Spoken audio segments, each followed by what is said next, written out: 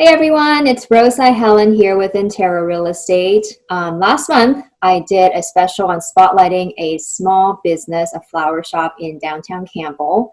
And this month, I want to spotlight another small business, and her name is Marina Modlin with Modlin Legal. And she is a trust attorney. And the reason I wanted to invite her on our conversation this month is I'm just wondering how the pandemic has affected her business. I know that this year I've had to learn some new tools, some new tricks, some new things that I'm trying in my business to just, overcome some of the challenges that we are hit with the pandemic and how we do business. So I have Marina Modlin here. She's also my own trust attorney. So Marina, take it away. Why don't you tell us about your business? What is a trust attorney? So the way that I've kind of started explaining estate planning, so wills and trusts and estate planning are kind of interchangeable terms. So some people hear one, some people hear the other, but they really kind of mean more or less the same thing. And essentially what I do is this. So the state of California provides an estate plan for each California resident and their assets, right? It's basically the state of California has already determined what's going to happen. However, that system is not ideal for many different reasons. But the state of California has also given those people that choose to do optional estate planning an opportunity to opt into a better, more efficient, more affordable system over which the people have more control. So basically, that's what I help people do, is I help people take their estates out of the default legal system and opt into a better optional system. Does that make sense? It does. But for those who may be new to all these lingos, can you define estate for us?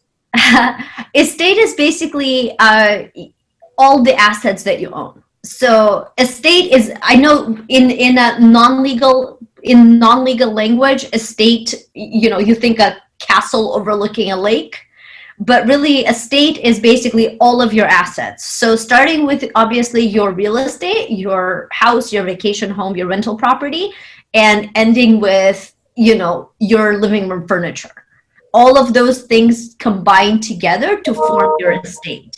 And it's really the value of your estate. So, do you own 3 properties or do you just own your living room furniture? That's what dictates the post-death administration process that your estate will go through after you pass away. And that also navigate that process. Got it. And that also includes, for example, any of your investment accounts, your stock account, etc. Absolutely. So estate is all of your assets of all forms, minus your liabilities. So really, sometimes, some people have more liabilities than assets, but altogether that composes their estate. Okay. Now, why should anyone get a trust? I guess I'm looking for what's the difference if someone was to go with the default California way of doing things versus getting their own trust. Sure. So the default California way of doing things. So it's easiest to explain. So, okay, let's put it this way. The argument for doing estate planning in general and a revocable living trust or living trust, they're interchangeable terms in particular, is the strongest for people who own real estate and or for people who have minor children who would inherit from them. So those are basically no-brainer reasons to do a trust. Is as soon as you have real estate, as soon as you have minor children, especially if you have both, and especially if you're also a single person. So those are the people for whom estate planning is the most urgent. Not to say that if one of those factors is missing, you don't need to do estate planning. You could still benefit, but those are kind of like the you will benefit the most if you have a house, a child, and no partner, right? But for those people in particular, the default California process takes at least a year, costs literally tens of thousands of dollars, and I mean like multiple tens of thousands of dollars. The fees for the default system are calculated as a flat fee percentage of the market value of the estate, disregarding mortgages. So Rosa, if you just sold somebody a home for $2 million and they put down 400,000, the fee is going to be calculated off of 2 million, not of 400,000. And for $2 million estate, the attorney fees are going to be close to $40,000. And the executor fees are also going to be close to $40,000. And then the court fees are going to be about 3 to 5. So we're talking about $80,000+ to transfer a $2 million home if the owner passes away. Not to their spouse, but to like their child or to their, parent, sibling, whatever, right? Wow. So that's and it will take at least a year, and it's just a horrible process. Whereas if they do a trust, typically all the total costs come in well under $10,000, kind of regardless of the size of the estate.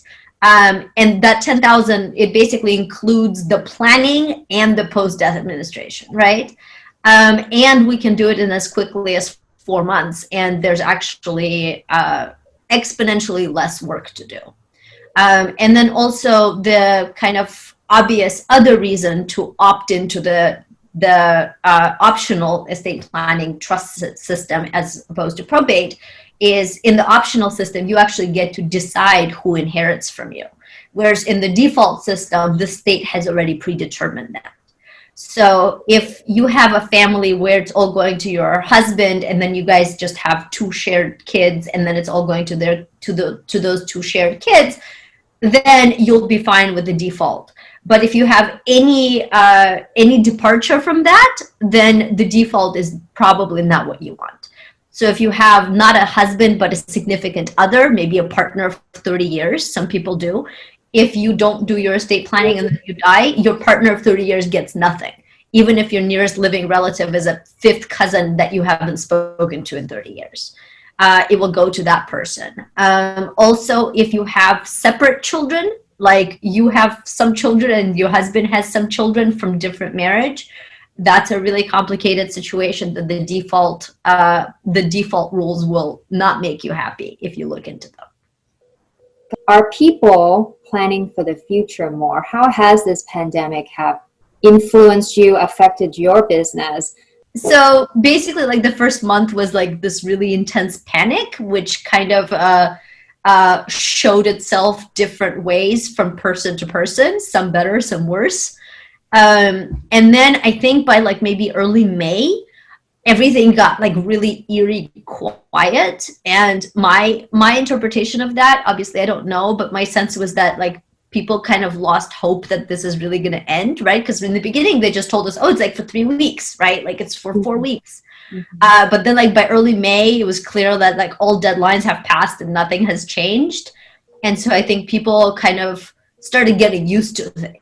Right. And just started getting really tired because obviously kids were, home from school for 2 months now. And, summer was getting canceled. And so there was this kind of like, I don't know, mopey stillness for maybe like the month of May. And then it kind of picked back up again. But I think people started feeling more back to normal. Now, where can people find you? So I have a lot of people that find me through Yelp/Google. I'm pretty sure that all ways lead to my website because it's just everywhere. But modlinlegal.com is the website, and I do free consultations. And honestly, most of them start with, what is a trust? I just want to thank you for being on my talk today. And everyone, I'm going to have her information here. Marina Modlin is her name, and modlinlegal.com. So search for her, and she does free consultations if you have lots of questions around the topics of wills and trust, etc. So thank you everyone for your time today. I'm Rosa Helen with Intera Real Estate, offering you peace of mind in all your real estate needs.